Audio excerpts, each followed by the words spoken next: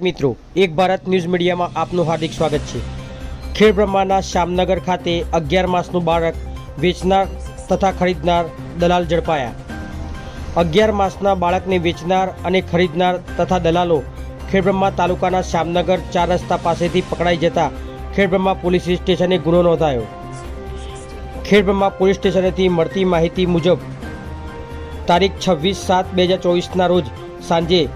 4:15 કલાકે ખેડબ્રહ્માના શામનગર 4 રસ્તા પાસે કાશ્મીર બધાભાઈ ગમાર રહે ખેડવા ડેગરફળીવાળાએ તેનો પોતાનો દીકરો 11 માસનો ગેરકાયદેસર રીતે 1.5 લાખ રૂપિયામાં જયંતિભાઈ લુકાભાઈ ગમારા રહે મામેર રાજસ્થાનવાળા મારફતે દલપતભાઈ દુળાભાઈ રાવળ રહે ચાટાવાડા તાલુકો સિદ્ધપુર જિલ્લા પાટણવાળાને વેચાણ આપી તથા આરોપીએ વેચાણ રાખી તેમજ તમામ આરોપીઓએ સદર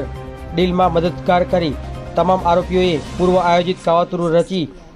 કોઈપણ હેતુસર 11 માસનું બાળક ગેરકાયદેસર રીતે વેચાણ રાખી બાળકની તસ્કરી કરી આરોપી કાશ્મીર બધાભાઈ ગમાર દલપતભાઈ દુળાભાઈ રાવળ તથા દીપકભાઈ રમેશભાઈ ગમાર રહે મહવતપુરા તાલુકો પુસીનાવાળા